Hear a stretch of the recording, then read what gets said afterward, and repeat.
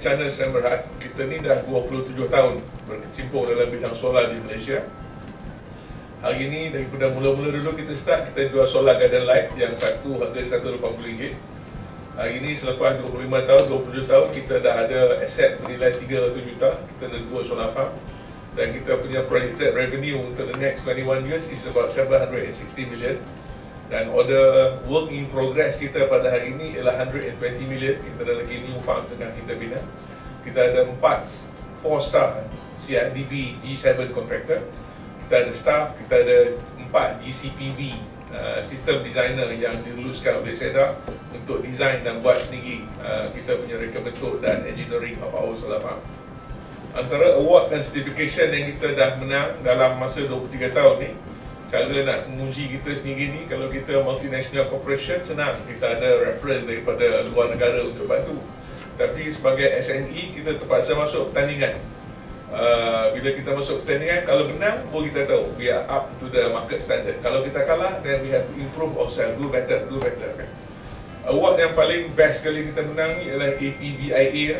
Ini award ni daripada Shanghai Asia PV Industry Award 2019. Yang ini dia kita pertandingan saya ni, syarikat kita ni adalah syarikat pertama di ASEAN yang memenangi anugerah ni.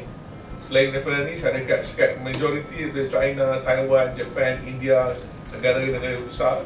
Lepas tu kita menang Ernst & Young Entrepreneur Award of the Year, top finalist 2016-17, dan tokoh anugerah usahawan mara. Dan yang paling berprestis antarabangsa sekali ialah European PV Magazine 2015. Sebab kita menang anugerah di mana kita punya solar farm di Melaka dinobatkan sebagai solar farm yang paling efisien, the world most efficient solar farm. Orang guna 5 ekar untuk buat 1 megawatt, kita guna 1.5 ekar di Melaka untuk buat 1 megawatt.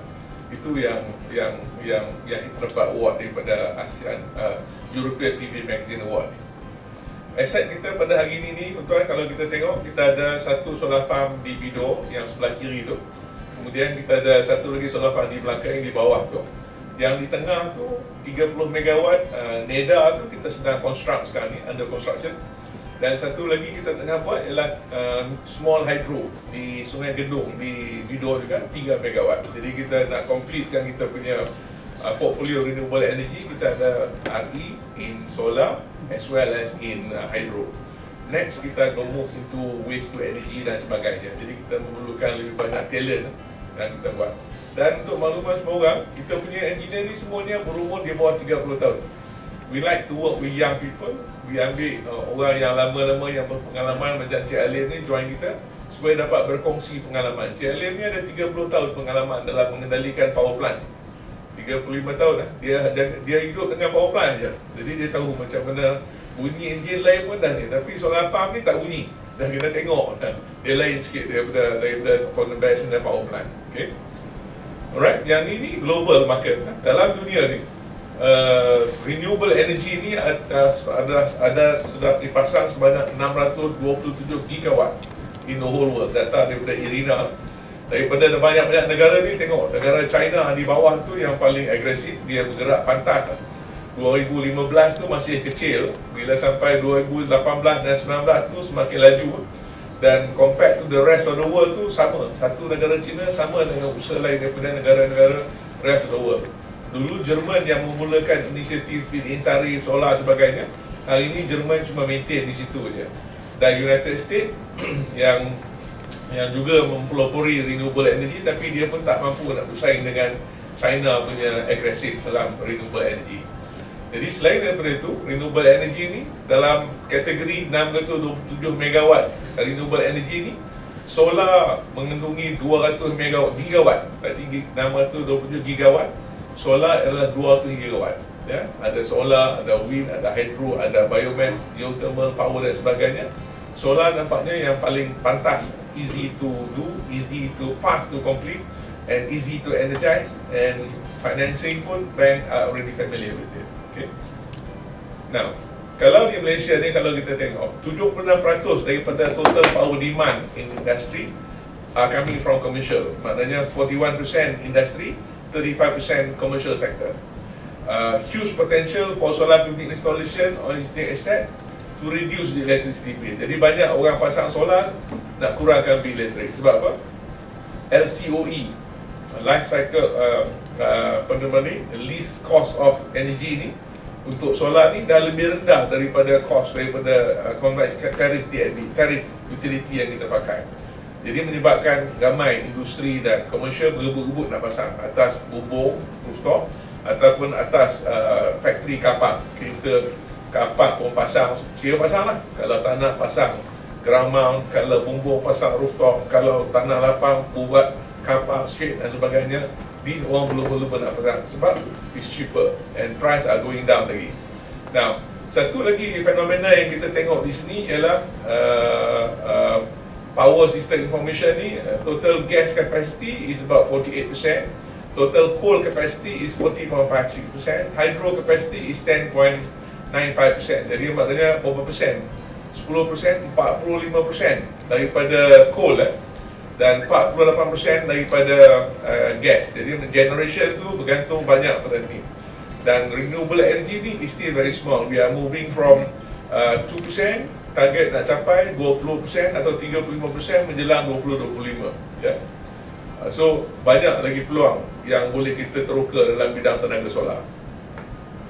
Satu lagi fenomena yang kita kena faham ialah apabila berlakunya COVID-19, COVID-19 berlaku sekitar bulan Mac tahun ni, kita tengok demand jatuh sehingga separuh daripada 18 gigawatt selalu kita dapat demand, dan tiba-tiba turun. Jadi student pun tak ada, hostel pun kosong, kilang tutup, semua tutup, menyebabkan demand went down very low. Jadi bila demand went down very low, so the grid will have to do a smart decision di mana nak generate, di mana nak still continue with generation of electricity, di mana nak masuk. Sebab yang masuk, yang pastinya akan masuk tenaga dalam grid ni ialah daripada solar pump, tetap masuk. Dan alhamdulillah masa during the COVID-19 punya era, tak ada aktiviti, tak ada pencemaran, generation lebih tinggi daripada conventional, daripada normal day. So ini adalah benda yang berlaku dalam sepanjang COVID-19 punya isu.